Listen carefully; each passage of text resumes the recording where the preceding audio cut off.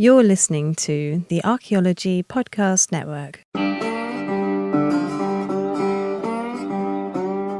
You're listening to the Great Plains Archaeology Podcast. Join me as we uncover the rich histories of North America's Great Plains, exploring the latest archaeological discoveries and past cultures that shape this storied region. Welcome to the podcast.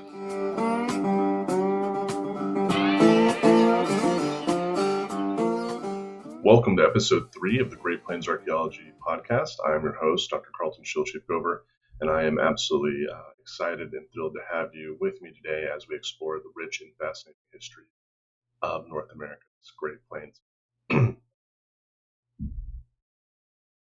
So today, I'll cut that, and my volume's low. A moment.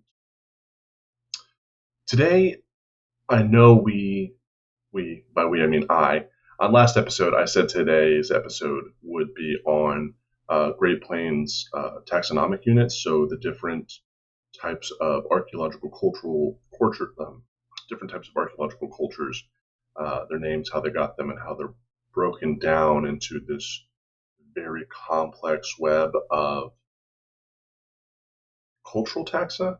But as I was doing more research for that on this subject, it's really complicated in the Great Plains. And so what I thought would be a better use of our time today is actually, rather than talk about taxonomy, talk about time and time periods and how archaeologists in the Great Plains date archaeological assemblages and how we construct chronologies.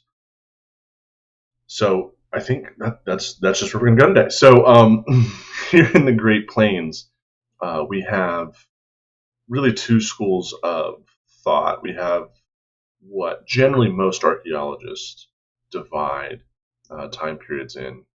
And then we also have a very Kansas specific and Central Plains specific time period makeup that I even before coming to Kansas, I gravitated towards because I really appreciated what Dr. Bob Hord, who was the Kansas State archaeologist for a very long time, was putting forth.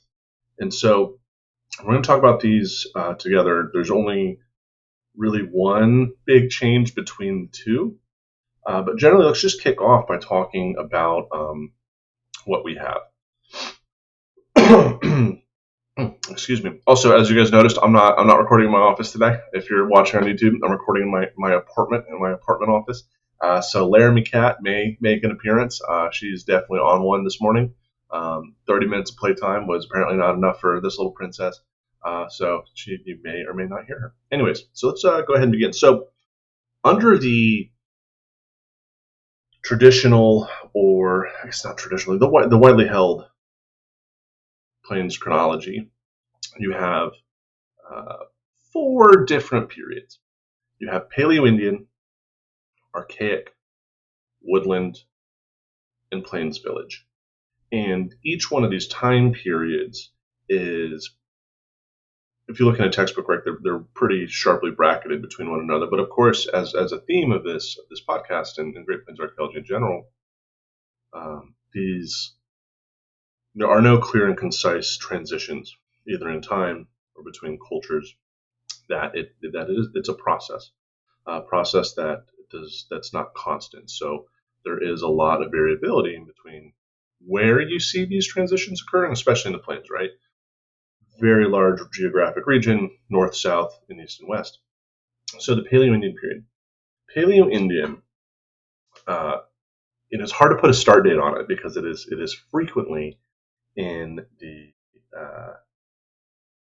crosshairs for how further back people got to the North America, to the Great Plains. And so we know for a fact, right, widely held accepted, we all can agree that the Paleoindian period starts about 13,000 BC or BCE.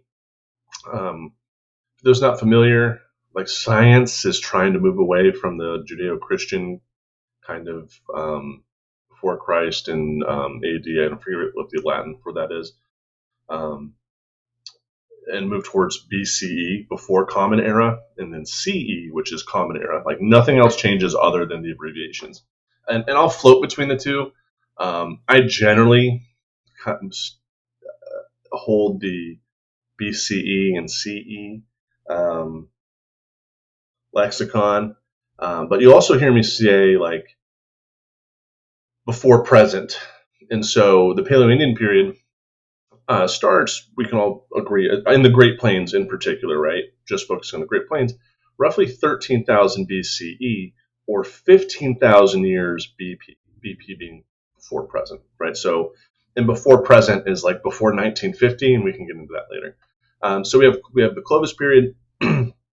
That's we those people are getting situated in the Great Plains, 13,000 BCE, and the Archaic, and then it goes to about 7,200 BCE. And once Paleoindian period is over, that's when we get the Archaic period. Archaic period, 72,000 BCE to 500 BCE. Following the Archaic is the Woodland period, and this is specific to the Plains. Now, there's a Woodland period in the Southeast archaeology and Midwest archaeology. Plains has its own, and we'll talk about this. Woodland period is from 500 BCE to 500, and I lied, it's not to 500, it's till 1000 AD. So it's a 1500-year period, beginning in 500 BC, going up until 1000 CE or 1000 AD or 1000 BP. This is then followed by the Plains Village period. Plains Village starts 1000 AD and goes up until like 1600, 1550, sometimes 1800. Some folks have introduced a fifth period called the post-contact period, and that which would start in 1550. Sometimes it just gets collapsed into the Plains Village period itself, as rather than having the introduction of Europeans as this major transition. It's just adopted in as part of the late Plains Village period. So, sounds pretty simple. But then we have this really Kansas introduced chronology, and it keeps Paleoindian, it keeps Archaic, but it introduces the ceramic period instead. So it gets rid of Plains Village and Woodland, and it collapses them into one period. So the first thing is Archaic would end at, I believe, 1 CE, right? Because there's no 0, it's 1. So the Archaic period would go roughly from 7200 or 7000 BCE to 1 CD or 1 AD. Then you get the ceramic period. So it collapses Woodland and Plains Village into one whole unit, and that would go from 1 CE to 1800, realistically. And we'll talk that in a bit. And the reason being is, and why I like it, is it's acknowledging that pottery is really becoming intrinsically a marker of time, and also a huge technology that changes Great Plains lifeways. And in addition to that is the Woodland period can get confusing when archaeologists were coming up with these time periods. Southeast archaeology was a little bit more ahead, and archaeologists, especially working on the Missouri River Basin project during the WPA era in the 30s under Roosevelt, they were seeing a lot of similarities of material culture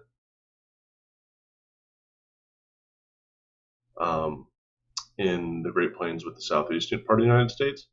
And so they just adopted it as an add-in, like, well, on the other side of the Mississippi and Missouri, they call this the woodland, so why don't we just use that here?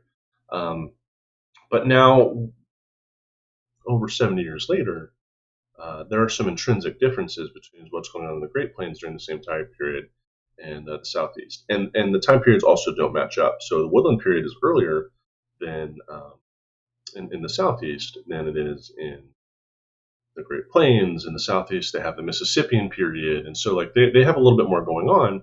And so when it comes to promoting the adoption of well, why don't we in the Great Plains just drop Woodland and Plains Village and just call it all the ceramic period? I'm all for that, because in the woodland period we do have some of the earliest pottery, and so I think that's a smart move.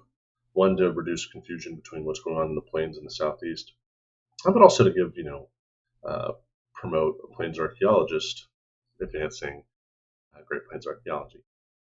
And so within these different time periods, and I, just for the purposes of simplicity, I'm going to do my best. Well, not even for the purpose of simplicity. I'm going to complicate things. I will do my best to talk about, when we get to woodland and the ceramic period, give their analogs, and talk about them at the same time. It might get confusing. It might not work out, but at least we tried. So in the Paleoindian period, what characterizes this time period? When an archaeologist says, hey, we have a Paleoindian site, there is a certain amount of baggage that comes along, quote unquote baggage that comes along with these time periods, and a set of expectations. So if I see another archaeologist at a conference and say, hey, I found this Paleoindian site, there's already a couple check boxes in their mental checklist that are being ticked that frame what we can expect from this site. And so with Paleoindian archaeology, especially the earliest parts, we're talking about first peoples of North America and the Great Plains. We're dealing with the Ice Age. So especially with like Clovis being widely adopted as the Great Plains as the first technological material culture we have, right? Those are Ice Age people. These folks are hunters and gatherers. So with these sites, we can expect, well, is this Paleoindian site? Is this a kill site? Or is it sometimes a campsite or processing site? Most likely. Now, Paleoindian archaeology incredibly deals with kill sites and butchering sites of megafauna. And the reason being is it's the same in these other units. Nomadic people, hunters and gatherers, don't leave much of a footprint in the archaeological record because they're not in places for very long. But what is more likely to remain is if they butcher an animal such as an elephant, right? Mammoths are elephants, mastodons are elephants, bison, or any other large animal, even small animals. Those bones stay in the archaeological record. The lithics, or the stone tools that they were using to butcher that animal, those will preserve in the record. So Paleoindian archaeology is very much hunting archaeology. Also, burials during this time period, right? Generally, they're going to be single interment. So one person, there's not these designated burial sites that we're aware of. Oftentimes, the individuals that have been exhumed are from cave contexts, so places, anaerobic environments where there's not much oxygen that kicks off the deterioration process. And the taxonomic units within the Paleoindian period are based on projectile point morphology and typology. So basically, the shape of the arrowhead has traditionally been how cultures have been assigned within the Paleoindian period, that we can look at the different points and say, oh, well, this is an agate basin site, and when we say agate basin or a hell gap site or a Clovis site, what these archaeologists are speaking to is like, I found this shape of arrowhead here, this is its name, and that's the name of the discrete unit of taxonomy that we're giving to this site. And with that, we're going to go ahead and take a quick break. We'll be right back, and we're going to dive into these general overviews of Archaic, woodland / ceramic period, and Plains Village period / more ceramic period. We'll be right back.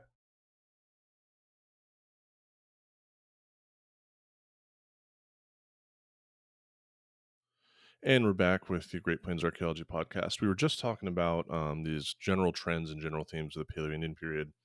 And so I want to dive into, what comes next. And what comes next is the Archaic period. And the Archaic period is firmly within the Holocene, right? The Ice Age has ended.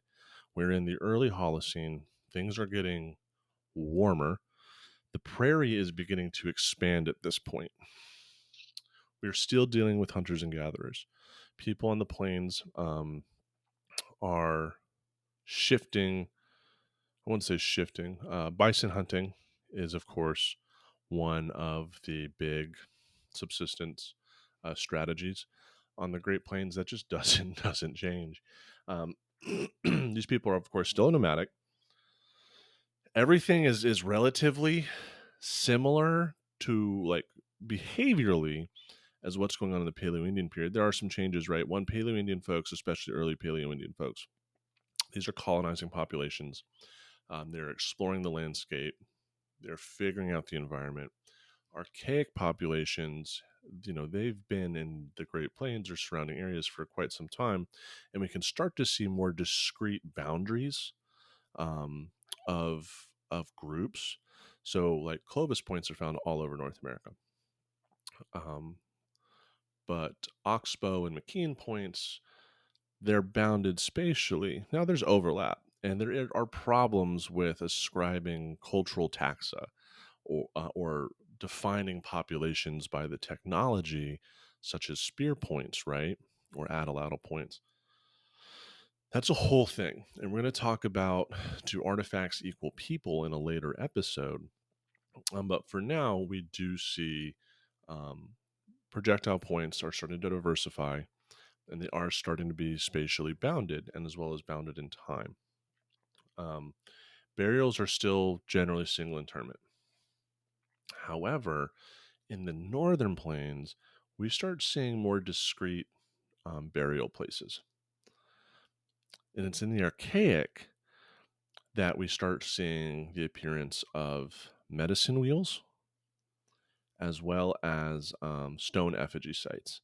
So the northern plains in particular, so like Wyoming, Montana, Canada, like, people are investing time and energy into the construction of elaborate ceremonial, what we believe are ceremonial spaces. So this is different, right? We don't see this with the Paleoindian period, not in North America, but it's with the Archaic period that we begin to see these changes, and that people are really becoming tied to a place, right? When you start creating burial mounds or discrete burial locations that you return to, not just, oh, someone died while we were out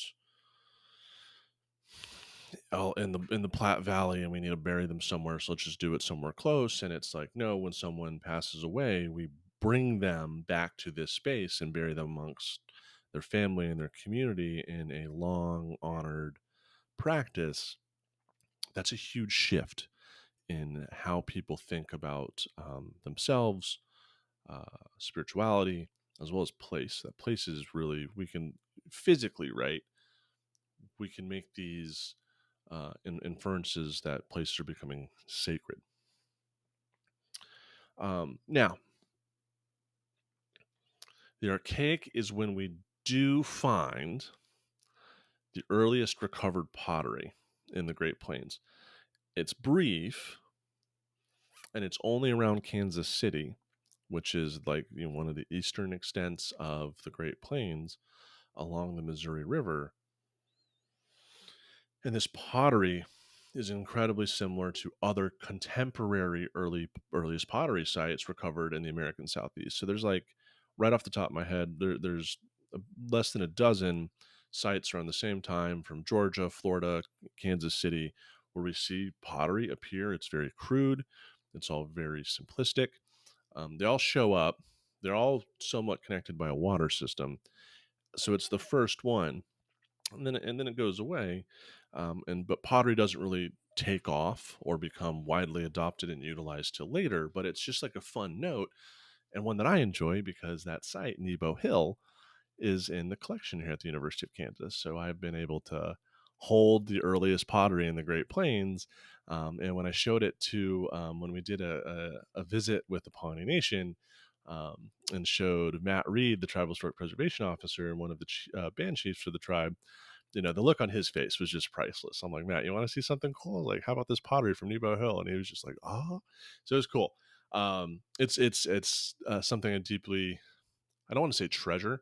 I'm not a hoarder and I'm not a dragon over the collections, but like being the steward of that ancestral material is an incredibly humbling, um, position to have. Um, Moving on, so these sites are all still in the Archaic, predominantly dominated by kill sites or animal processing sites. Right? We do have the ceremonial sites. Don't get me wrong; they're starting to show up, but by and large, Archaic period archaeology is still dominated by animal hunting and animal processing. These people are still mobile hunter-gatherers. They don't leave much of a footprint in the ground. Think about when you and your families go camping. How long do you think those tent stake posts are going to last? And if given enough time, they're even going to be visible in the archaeological record. Your campfire, right, can be, especially if you go to a like designated campsites where people have been building fires in those fire pits for as long as that campsite's been developed. That leaves a signature. So we do see campsites in the Archaic where people will camp at the same place over time. That hasn't changed. And so some of those rock shelter sites, like in Wyoming, um, in other places where you get rock shelters and caves, those are always going to be natural localities in which people are going to congregate to seek shelter. That's when we start seeing like, oh wow, we can see campfires here over 1,000 years, sometimes more, because it's a naturally good place to hide in the elements. And there's already designated areas. Like people are still doing people things back in the past that they do today. So that hasn't changed. And still, here the taxonomy, how we describe cultures, is still based on projectile point typologies, right? So we still like, oh, this is a McKeon site, this is an Oxbow site. They're all based on the arrowheads that are found at these sites. Now, after the Archaic, woodlands or early ceramic. I like early ceramic because in the woodland period, this is woodland, early ceramic. This is when pottery really starts taking off. Now, the pottery, especially in the early parts of the woodland / early ceramic, they're conical pots. They don't really stand up very well. What they're probably being used for is they're really good at rendering bison fat, that conical shape to them. Like think of an inverted triangle, and the hole on top is where you put bison jello. And if you put these conical pots in the ground next to a fire, kind of like an easy bake oven, I suppose, or like an early baking pan that you insert into the ground. It's really good at rendering bison fat. And the western part of the plains, especially during this period, the high plains, not much changes archaeologically in terms of behavior. The points will change, sometimes they'll show pots show up, but generally, by and large, the western plains continues to be dominated by animal kills and processing sites. The eastern part of the plains is where we start seeing the most dramatic changes, right? These are where the confluence of the rivers are meeting the Missouri River. This is the tall grass prairie where there is a lot of vegetation turnover, where there's a lot of agricultural potential. And that's where in the eastern part of the plains is where we start seeing early horticulture and gardening. Maize hasn't taken off yet. We're still primarily at this point beans, squash, sunflower seeds, goosefoot, a couple other species of plants that people don't eat anymore. We're starting to see people play with tending to these early domesticates. The habitation sites that we do see that are associated with the gardening, they're small and non-permanent, and so these people are semi-nomadic, still predominantly nomadic, but when they do stay in one place, we're starting to see a little bit more of a footprint. They're not staying there for a couple days or a couple weeks, probably a couple months, depending on the seasonality, which we can tell by the presence of some seeds or markers within animal bones that can indicate seasonality of when they were killed. And we're starting to see a lot of trade with Mississippian societies to the east. So the rivers are really being used as a highway in the Great Plains to transport goods, especially bison products from the plains into the Mississippian area. So like to the Mississippi River, they're following the Missouri River and trading downstream and getting goods back. So we're already seeing like a continental trade system during the Woodland period.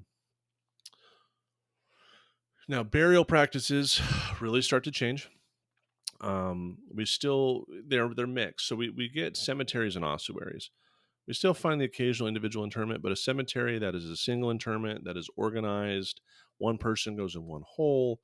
We see ossuaries, which are, burial mounds, where you have an initial internment of an ancestor, and then over time you keep adding additional people to this pile and cover them with dirt so these mounds get larger. These are becoming more prolific across the Great Plains, especially in the east. Now, with the introduction of pottery, that's when we're starting to see taxonomic units. They're shifting away from being named after projectile points, but they're being named after pottery decorations, pottery designs, or house features. So we can start seeing a lot more of the human toolkit because now we're starting to see houses. Now we're seeing variations in pottery and material culture that is more reflective of individual identity is starting to appear, and we can start creating taxonomic units that are more reflective of, hey, this house is much different than this house. These are spatially bounded. How you build a house speaks to a mental template about what a house must look like. We can make a pretty good assumption that basing taxonomies off of different houses and different pots does actually speak to real identities. So then they become far more useful. So this is early ceramic period / all of the woodland period. When we get to the Plains Village period, which is the middle ceramic period under Bob Hord's classifications, this is really where we get the ethnogenesis of contemporary indigenization. So right around 1000 AD, 1000 CE, this is when we start saying you can actually be like, wow, that really looks like a Pawnee Earth Lodge town. Well, it's because it is. Oh, wow, that looks like a Mandan and Hidatsa Earth Lodge town, because it is. Oh, so you can start looking like, oh, the houses that people had then are either very similar, or you can see the workings of houses that you see later, and you can start seeing material culture that is very much very similar to what you would find in 1600. So really we can start seeing these identities take shape. Not to say these are exact carbon copies. No, 600 years is a lot of time. There's a lot of change that takes place. But really this is when we start seeing, oh wow, we can see these people today, and we can point them to a site 1,000 years ago and be like, that is 99.9% likely to be ancestral to your people. So the Plains Village period, this is where I predominantly work. I really look at the transition between late woodland to early Plains Village, or the transition between early ceramic to middle ceramic. That's my bread and butter, or that's my bison and corn. I don't know what the analogy would be, but that's the bison and corn diet and squash diet of my archaeological training and research. And then you would have late ceramic period or post-contact period. This is essentially late Plains Village archaeology, but with horses and European goods. Everything else is relatively the same. So that is a really quick and deep and dirty dive into the time periods on the Great Plains, setting the stage for when we go into future episodes, be like, hey, we're going to talk about the Folsom site, and it's a Paleoindian site. You can be like, oh, Carlton talked about Paleoindian archaeology in episode 3.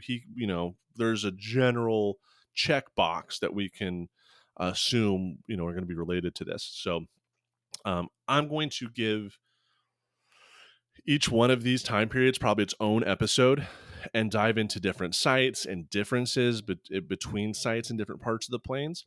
But for the purposes of this, here's just some background information. So I really appreciate you guys hanging on for this morning's episode. I really appreciate all of the comments and feedback I got off of episodes 1 and 2. A huge shout out to my uncle and my sister who gave me some feedback, especially my uncle who gave me some rather brutal feedback about he's a guy. Thank you so much, Uncle. So with that, thank you all very much, and I will see you next time on the Great Plains Archaeology Podcast. I don't know why there was a difference there. Anyways, toodaloo. Thank you for listening to the Great Plains Archaeology Podcast. You can follow me on Instagram at Pawnee_archaeologist, and you can also email me at greatplainsarchpodcast@gmail.com. And remember, anybody can love the mountains, but it takes a soul to love the prairie. American author Willa Cather.